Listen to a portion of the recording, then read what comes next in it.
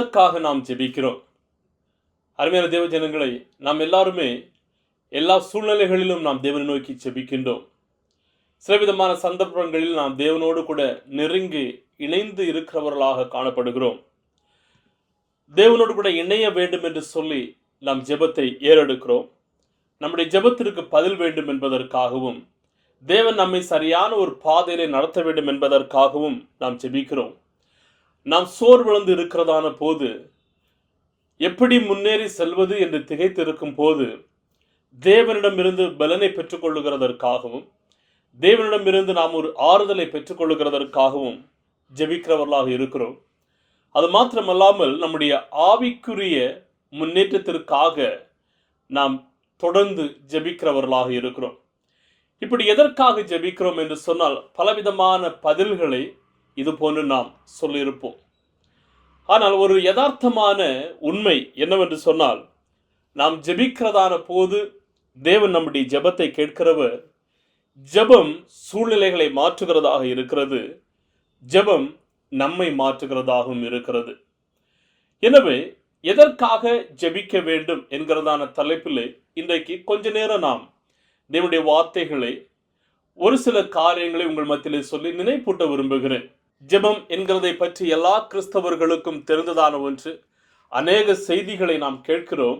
எனவே நான் அதிகமாக இதிலிருந்து எதையுமே சொல்லாமல் ஒரு சில காரியங்களை உங்களுக்கு நினைப்பூட்ட விரும்புகிறேன்.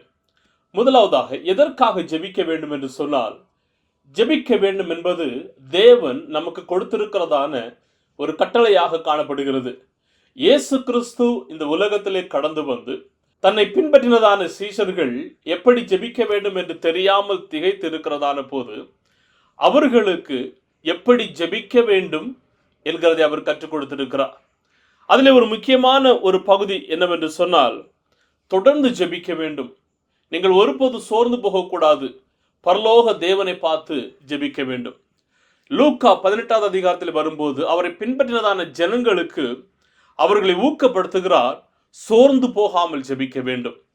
பவுல் சொல்லும்போது சொல்லுகிறார், 1 தெசலோனிக்கேயர் 5:17 இடைவிடாமல் ஜெபிக்க வேண்டும்.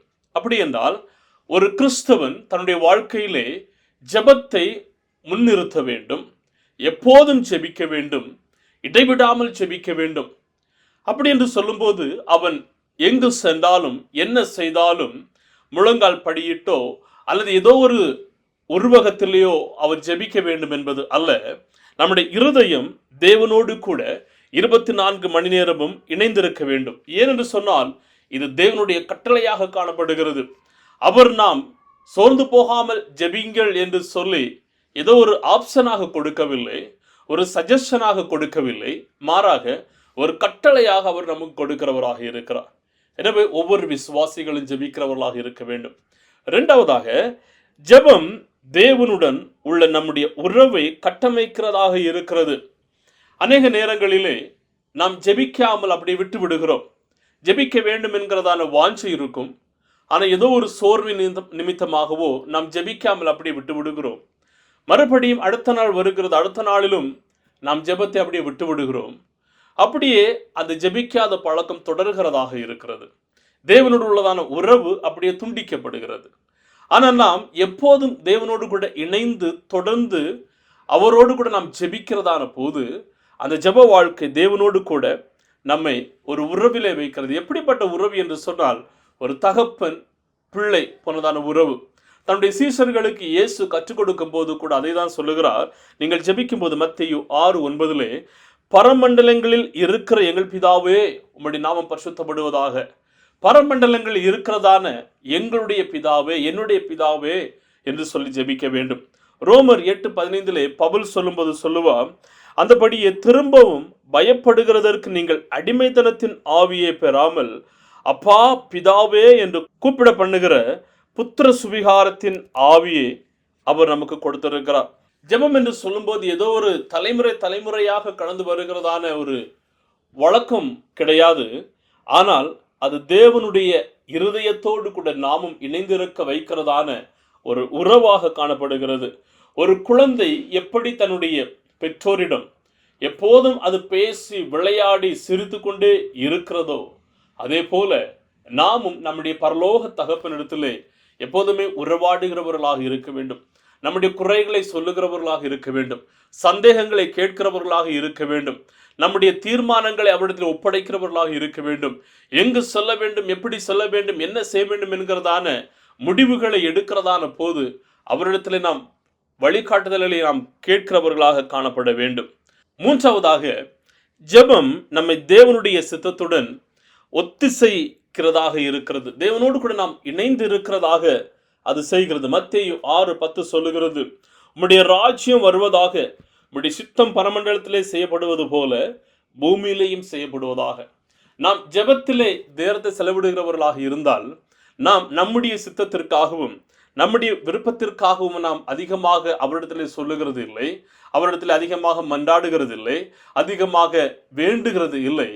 மாறாக, ஆண்டவரே உம்முடைய சித்தம் என்னுடைய வாழ்க்கை நடைபெறட்டும். நாம் ஒரு போராட்டத்தின் வழியாக கடந்து சென்று கொண்டு இருக்கும்போது, வியாதியின் வழியாக கடந்து சென்று கொண்டு இருக்கும்போது, அல்லது ஒரு தீர்மானத்தை எடுக்கிறதான ஒரு சூழ்நிலை வழியாக கடந்து சென்று கொண்டு இருக்கும்போது, நாம் ஏதோ நம்முடைய உணர்வு ரீதியாக, மன ரீதியாக, சிந்தை ரீதியாக ஒரு தீர்மானத்தை எடுக்காமல், ஆண்டவரே உம்முடைய சித்தத்தை நிறைவேற்றுவீராக, உம்முடைய சித்தத்தை கற்றுத்தருவீராக என்று சொல்லி நாம் தேவனுடைய சித்தம் நிறைவேற ஜெபிக்க ஆரம்பிப்போம். ஏனென்று சொன்னால், தேவனுடைய சித்தம் அது சரியானதாக இருக்கும், சரியான நேரத்திலே காணப்படும். அது ஒருபோது நம்மை இடறி விழ வைக்காது.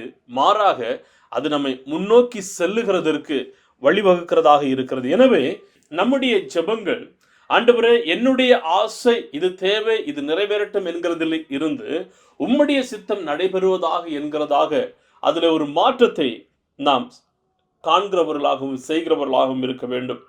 நான்காவது, ஜெபம் தேவன் நம்முடைய வாழ்க்கையிலே ஈடுபட நான் அழைக்கிறதான ஒரு அழைப்பிதழாக அது காணப்படுகிறது. தேவன் நம்முடைய வாழ்க்கையிலே, நம்முடைய சூழ்நிலைகளிலே ஈடுபடுகிறதற்கு நாம் அழைக்கிறதான ஒரு அழைப்பிதழாக அது காணப்படுகிறது. நம்மில் எத்தனை பேர் நாம் நம்முடைய வாழ்க்கையில், ஆண்டவரே நீர் எல்லாவற்றையும் முன்னின்று நடத்துவீராக, ஆண்டவரே இதை செய்ய போகிறோம், இது எப்படி செய்கிறது என்று நாம் தேவனிடத்தில் கேட்கிறவர்களாக இருப்போம். அநேக நேரங்களிலே நாம் தீர்மானங்களை எடுத்து எல்லாவற்றையுமே ரெடி செய்ததற்கு அப்புறமாக அவரிடத்தில் ஜெபிக்கிறவர்களாக இருப்போம். ஆண்டவரே நாம் இதெல்லாம் ரெடி செய்திருக்கிறோம், இதெல்லாம் நல்லபடியாக நடைபெறுகிறதற்கு உதவி செய்யும் என்று நாம் சொல்லி நாம் ஜெபிப்போம். ஆனால் நாம் அதை ஆரம்பிக்கிறதுக்கு முன்பதாகவே தேவனிடத்தில் கேட்கிறவர்களாக இருக்க வேண்டும். ஆண்டவர் இது செய்யலாமா, இது எப்படி செய்கிறது என்று எனக்கு தெரியல, ஆனால் நீங்க என்ன வழிநடத்துங்க அப்படின்னு சொல்லி நாம் தேவனிடத்தில் கேட்கிறவர்களாக இருக்க வேண்டும். என்று சொன்னால் நீதிமான்களுடைய ஜெபத்தை அவர் கேட்கிறவர். யாக்கோபு 5:16 பார்க்கும்போது, நீதிமான் செய்யும் ஊக்கமான வேண்டுதல் மிகவும் பலனுள்ளதாய் இருக்கிறது. யாத்திரையாகமம் 17:11 சொல்லுகிறது, மோசே தன் கையை ஏறெடுத்திருக்கையில் இஸ்ரவேலர் மேற்கொண்டார்கள், அவன் தன் கையை தாழ விடுகையில் அமலேக்கு மேற்கொண்டான்.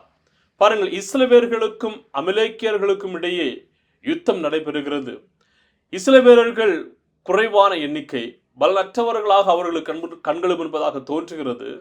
ஆனால் மோசே தேவனுடைய சமூகத்திலே தன்னுடைய கரங்களை உயர்த்தி, ஆண்டவரே எங்களால் முடியாது, நீர்தான் எங்களுக்கு வெற்றியை கொடுக்க வேண்டும் என்று சொல்லி கரங்களை உயர்த்தி ஜெபிக்கிறதான போது தேவன் இஸ்ரவேலர்களுக்கு வெற்றியை கொடுத்தார். ஆனால் எப்போதெல்லாம் தன்னுடைய கைகளை களைத்து ஒருவேளை கீழே விட்டிருப்பாரோ அப்போது அபிமெலேக்கியர்கள் ஜெயித்தவர்களாக இருந்தார்கள். எனவே ஜெபம் என்று சொல்லுகிறது, தேவன் நம்முடைய வாழ்க்கையிலே முழுமையாக ஈடுபடுகிறதற்கும் தலையிடுகிறதற்கும் அவரை அழைக்கிறதான ஒரு அழைப்புதலாக காணப்படுகிறது. நாம் ஜெபிக்கும் போது ஜெயம் கடந்து வருகிறதாக இருக்கும். நாம் ஜெபிக்கும் போது சூழ்நிலைகள் மாறுகிறதாக இருக்கும். ஐந்தாவதாக, ஜெபம் சோதனைகளில் சமாதானத்தை கொண்டு வருகிறது. ஒருவேளை பலவிதமான சவால்களை சந்திக்கிறதான ஒரு நிலைமை இருக்கலாம், பலவிதமான சோதனைகளிலே ஈடுபடுகிறதாக இருக்கலாம், ஆவிக்குரிய போராட்டத்தில் ஈடுபடலாம். நாம் ஜெபிக்க ஜெபிக்க அந்த ஜெபம் சோதனைகளில் இருந்து நமக்கு ஒரு சமாதானத்தை கொடுக்கிறதாக இருக்கிறது. பிலிப்பியர் 4:6-7 வரையிலும் பார்க்கும்போது, நீங்கள் ஒன்றுக்கும் கவலைப்படாமல் எல்லாவற்றையும் குறித்து உங்கள் விண்ணப்பங்களை ஸ்தோத்திரத்தோடே கூடிய ஜெபத்தினாலும் வேண்டுதலினாலும் தேவனுக்கு தெரியப்படுத்துங்கள். அப்பொழுது எல்லா புத்திக்கும் மேலான தேவ சமாதானம் உங்கள் இருதயங்களையும் உங்கள் சிந்தைகளையும் கிறிஸ்து இயேசுவுக்குள்ளதாக காத்து கொள்ளுகிறதாக இருக்கும். ஜெபம் நமக்கு ஜெயத்தை கொடுக்கிறது மாத்திரமல்ல, பதிலை கொடுக்கிறது மாத்திரமல்ல, நம்முடைய போராட்டங்களின் மத்தியில் ஒரு சமாதானத்தை கொடுக்கிறதாக இருக்கிறது. எனவேதான் சங்கீதக்காரர் சொல்லுவார் சங்கீதம் 55:22 கர்த்தர் மேல் உன்னுடைய பாரத்தை வைத்துவிடு, அவர் உன்னை ஆதரிப்பார், நீதிமானை ஒருபோதும் அவர் தள்ளாட விடுகிறது இல்லை என்று சொல்லி. அருமையான தேவஜனங்களே, உங்களுடைய வாழ்க்கையிலே பலவிதமான கவலையின் கண்ணீர்கள் வழியாக கடந்து சொல்லுவீர்களாக இருக்கும். ஜெபித்தும் எனக்கு பதில் வரவில்லையே என்கிறதான ஏக்கம் அதிகமாக இருக்கும். ஆனால் ஒன்றை மாத்திரம் புரிந்து கொள்ளுங்கள், உங்களுடைய கவலைகளையும் பாரங்களையும் தேவனுடைய சமூகத்தில் ஒப்பு கொடுக்கும் போது தேவன் நமக்கு சமாதானத்தை கொடுக்கிறவராக இருக்கிறார். அது ஏதோ ஒரு குறிப்பிடப்பட்டதான காலத்திற்கு மாத்திரமான சமாதானம் அல்ல, நிரந்தரமான சமாதானத்தை கர்த்தர் கொடுக்கிறவர், பூரண சமாதானத்தை அவர் கொடுக்கிற தேவனாக காணப்படுகிறார். அடுத்தபடியாக ஜெபம் நம்மை சோதனைகளிலிருந்து காக்கிறது. மத்தேயு 26:41 சொல்லுகிறது, நீங்கள் சோதனைக்கு உட்படாத படிக்கு விழித்திருந்து ஜெபம் பண்ணுங்கள், ஆவி உற்சாகம் உள்ளதுதான், மாம்சமோ பலவீனம் உள்ளது. ஜெபம் நம்முடைய உள்ளான மனிதனை புதிதாக்குகிறது, உள்ளான மனிதனை பலப்படுத்துகிறது. ஜெபம் எல்லா விதமான சோதனைகளுக்கும் நாம் தெளிந்த புத்தி உள்ளவர்களாகவும் ஜாக்கிரதை உள்ளவர்களாகவும் வைக்கிறதற்கு அது மிகவும் உறுதுணையாக காணப்படுகிறது. எனவே இந்த ஜெபம் ஒரு கிறிஸ்தவனுடைய வாழ்க்கையிலே ஒரு சர்வாயுத வர்க்கமாக காணப்படுகிறது. சத்துருவின் கட்டுகளை மேற்கொள்ளுகிறதற்கும் ஆவிக்குரிய போராட்டத்தை நாம் மேற்கொள்ளுகிறதற்கும் உதவுகிறதான ஒரு சர்வாயுத வர்க்கமாக இருக்கிறது. ஆனால் இந்த கேள்வி என்னவென்று சொன்னால், நீங்களும் நானும் ஜெபிக்கிறவர்களாக இருக்கிறோமா? அழைத்து போகிறோம், உண்மைதான். கிறிஸ்தவன், அதுவும் உண்மைதான். எல்லாமே செய்கிறோம். அது நம்முடைய வாழ்க்கையிலே ஒரு உண்மையான ஜெபம் காணப்படுகிறதா? ஜெப வாழ்க்கை காணப்படுகிறதா? அப்படி இல்லை என்று சொன்னால் நாம் தேவனுடைய சமூகத்திலே கடந்து வர வேண்டியது அவசியம். கடைசியாக ஜெபம் வெற்றிக்கான வாசலை திறந்து தருகிறது. ஜெபம் நம்முடைய வாழ்க்கையிலே வெற்றியை கொடுக்கிறதாக இருக்கிறது. அப்போஸ்தலர் 12:5-7 வரையிலும் பார்க்கும்போது பேதுரு சிறையிலே காணப்படுகிறார். சபையார் அவனுக்காக ஊக்கமாக ஜெபிக்கிறார்கள். தேவதூதன் பேதுருவின் நடுவிலே கடந்து வருகிறார், அவனை தட்டி எழுப்புகிறான். அவருடைய சங்கிலிகள் உடைகிறதாக இருக்கிறது. அருமையான தேவஜனங்களை, நாம் ஜெபிக்கும் போது விடுதலை உண்டாகும், ஜெபிக்கும் போது கட்டுகள் உடையும், ஜெபிக்கும் போது பாதுகாப்பு உண்டாகும், ஜெபிக்கும் போது தேவ பிரசன்னம் நம்மை ஆட்கொள்ளும், ஜெபிக்கும் போது தேவனுடையதான ஆவியானவர் நம்மை சரியான பாதையில நடத்துகிறவராக இருக்கிறார். ஆனால் நாம் விட்டுவிடாதபடிக்கு தொடர்ந்து ஜெபிக்கிறவர்களாக காணப்பட வேண்டும். அருமையான தேவஜனங்களே, உங்களுடைய வாழ்க்கையின் சூழ்நிலைகள் எனக்கு தெரியாது, உங்களுடைய வாழ்க்கையில் என்ன விதமான சவால்களை சந்திக்கிறீர்கள் என்றும் எனக்கு தெரியாது. ஆனால் கர்த்தர் உங்களை பார்த்து கொண்டிருக்கிறார். உங்களுடைய ஜெபம் ஊக்கமான ஜெபமாக இருக்கிறது என்று சொன்னால் அவர் நிச்சயமாகவே பதிலளிக்கிறவராக காணப்படுகிறார். இங்கிலாந்து தேசத்திலே ஒரு தாயாரும் ஒரு மகனும் வாழ்ந்து வந்தார்கள். அந்த மகன் கொஞ்சம் வளர்ந்ததற்கு அப்புறமாக தூர தேசத்திற்கு படிக்கும்படியாக கடந்து செல்லுகிறார். இந்த தாயாருக்கு ஒரே மகன், அந்த தாயாருக்கு வேறு யாருமே இல்லை.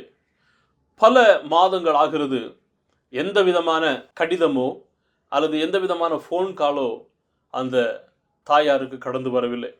அவர்களும் ஒவ்வொரு நாளும் காத்து கொண்டு இருக்கிறார்கள், என்னுடைய மகன் வருவான், ஒரு கடிதமாவது அனுப்புவான் என்று சொல்லி, அல்லது ஏதாவது ஒரு செய்தியை அவன் சொல்லி அனுப்புவான் யாரிடமாவது என்று அவர்கள் காத்து கொண்டிருக்கிறார்கள். ஆனால் எந்த பதிலும் இல்லை. மாதங்கள் ஆகிறது, வருடங்கள் ஆகிறது.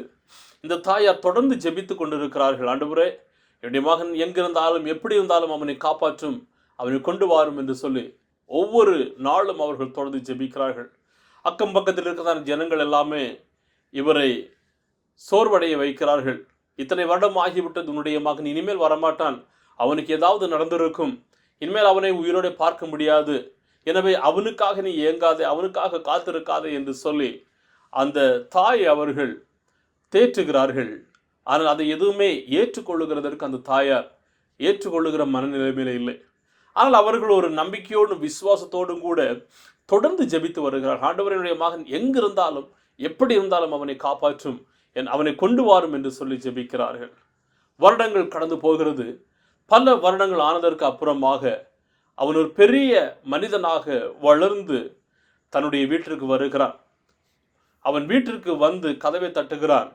அந்த தாயார் அவனை பார்க்கிறார்கள். அந்த தாயாரால் அவனை புரிந்து கொள்ள முடியவில்லை இவன் யார் என்று சொல்லி. ஆனால் அந்த மகன் அவர்களை, அம்மா நான் உன்னுடைய மகன் என்று சொல்லி அவர்களை அழைக்கிறான். அவர்கள் அவனை கட்டி பிடித்து முத்தம் செய்து தேவனை மகிமைப்படுத்துகிறார்கள். ஆண்டவரே, என்னுடைய ஜெபத்தை நீர் கேட்டீர், என்னுடைய கஷ்டத்தை இன்னல்களை நீர் மாற்றினீர். ஜனங்கள் எல்லாருமே எதெல்லாமோ சொன்னார்கள், ஆனால் நீர் என்னுடைய ஜெபத்தை கனம் பண்ணீர் என்று சொல்லி தேவனுக்கு அவர்கள் நன்றி செலுத்த ஆரம்பித்தார்கள். அருமையான தேவ ஜனங்களை, நாம் ஜெபிக்கிறதான ஜெபம் ஒருபோதும் வீணாக போகாது. அவரோடு செலவிடுகிறதான ஒவ்வொரு சொட்டு கண்ணீரும் அது நிச்சயமாகவே பதில் கொடுக்கிறதாக இருக்கிறது. ஒரு பாடல்காரர் இவ்வாறாக சொல்லுவார், ஆண்டவரே, உம்மோடு செலவிடும் ஒவ்வொரு நிமிடமும் வீணாக போகாதையா, என்னை பலவானாய் மாற்றும் ஐயா என்று சொல்லி. ஆம் பிரியமானவர்களே, ஜெபம் ஒருபோது நம்மை வீணாக்காது. ஜெபம் ஒருபோது நம்மை உயிரிழக்க வைக்காது. ஜெபம் ஒருபோது நம்மை சோர்விழக்க வைக்காது. நம்மை பலவான்களாக மாற்றுகிறது, அவரோடு கூட வாழ வகிக்கிறதாக இருக்கிறது. ஆனால் ஒருவேளை நம்முடைய வாழ்க்கையில் அந்த ஜெப வாழ்க்கை இல்லை என்று சொன்னால் அவரிடத்தில் அண்டி சேர வேண்டியது அவசியம். அருமையான தேவ ஜனங்களே, இருக்கிற இடங்களிலே நீங்கள் எப்படிப்பட்ட நிலைமையில் இருந்தாலும் கண்களை மூடுகிறீர்களா? நம்ம எல்லாருமாக சேர்ந்து ஜெபிக்க போகணும். ஒருவேளை உங்களுடைய வாழ்க்கையில் பலவீனம் இருக்கலாம், போராட்டம் இருக்கலாம், கண்ணீரின் அனுபவங்களாக இருக்கலாம், ஆஸ்பத்திரிக்கு போய்கொண்டே இருக்கிறதான ஒரு சூழ்நிலை இருக்கலாம். தேவனிடத்தில் சொல்லுகிறீர்களா? தேவன் உங்களுடைய ஜெபத்தை கேட்க போகிற இருக்கிற இடங்களிலே கண்களை மூடி உங்களுடைய கரங்களை பரலோகத்திற்கு நேராக உயர்த்தி அவரிடத்தில் சொல்லுவீர்கள், ஆண்டவரே, என்னை சுகமாக்கும், என்னை விடுவியும், ஒரு பலனை தாரும் என்று சொல்லுவீர்களா? நல்ல ஆண்டவரே, மை ஸ்தோத்திரிக்கிறோம், மை துதிக்கிறோம். ஆண்டவரே, இந்த நேரத்தில் அருமையான பிள்ளைகளுக்காக ஜெபிக்கிறேன். ஆண்டவரே, என்னுடைய ஜெபம் கேட்கப்படவில்லையே, நான் ஏன் இப்படிப்பட்டதான சூழ்நிலையில் கடந்து செல்லுகிறேன்? என்னுடைய வாழ்க்கை எப்போது பார்த்தாலும் ஆண்டவரே ஆஸ்பத்திரி, வீடு என்கிறதான ஒரு சூழ்நிலை இருக்கிறது. என்னுடைய குடும்பத்தில் ஒரு விடுதலை இல்லையே, என்னுடைய ஆண்டவரே ஸ்தோத்திரம் வேலையில் ஒரு விடுதலை இல்லையே என்று சொல்லி பலவிதமான கேள்விகளோடு கண்ணீரோடு யாராவது காணப்படுகிறார்கள் என்று சொன்னால், என் தேவனுடைய பிள்ளைகளை தொடுபடியாக ஜெபிக்கிறேன். ஆண்டவரே, ஜெபத்தை கேட்கிறதான தெய்வமே, இப்போதே நாங்கள் சேர்ந்து ஜெபிக்கும் ஜெபம் உடைய பிள்ளையுடைய வாழ்க்கையிலே விடுதலையும் சுகத்தையும் கொண்டு வருவதாக பிதா, குமாரன், பரிசுத்தாவியின் நாமத்திலே உடைய பிள்ளைகளை கர்த்தர் ஆசீர்வதிப்பீராக. ஆண்டவரே, நல்ல சுகத்தை கொடுங்க, பலத்தை கொடுங்க. எல்லா கட்டுகளும் உடையட்டும், போராட்டங்களும் உடையட்டும், வியாதிகள் மாறட்டும், பலவீனங்கள் மாறட்டும். எப்படிப்பட்டதான சத்துருவின் கட்டுகளாக இருந்தாலும் இயேசுவின் நாமத்தினால நீ விடுதலை கொடுக்கும்படியாக ஜெபிக்கிறோம். அப்பா, ஜெபத்தை கடவுளை நன்றி செலுத்துகிறோம். உம்முடைய பிள்ளைகள் ஆண்டவரே உம்மை உயர்த்தி உமக்கு சாட்சி இடுகிறதான சாட்சிகளை நாங்கள் கேட்கட்டும். ஜெபத்தை கடவுளை நன்றி செலுத்துகின்றோம். இயேசுவின் நாமத்தை ஜெபிக்கிற நல்ல பிதாவே, ஆமேன், ஆமேன். என் ஆத்துமாவே கர்த்தரை ஸ்தோத்திரி, என் முழுமையுடைய பரிசுத்த நாமத்தை ஸ்தோத்திரி. என் ஆத்துமாவே கர்த்தரை ஸ்தோத்திரி, அவர் செய்த சகல உபகாரங்களை மறவாதே. ஆமேன், ஆமேன், ஆமேன். God bless you. ஆண்டவர் தாமே உங்களை ஆசீர்வதிப்பாராக. உங்களுக்கு ஏதாவது ஜெப தேவைகள் காணப்படுகிறது என்று சொன்னால் நீங்கள் எங்களை அணுகும்படியாக கேட்டுக்கொள்கிறேன். தேவ பிரசன்னம், தேவ கிருபை உங்களோடு இருந்து உங்களை ஆளுகை செய்யட்டும். God bless you. ஆமேன்.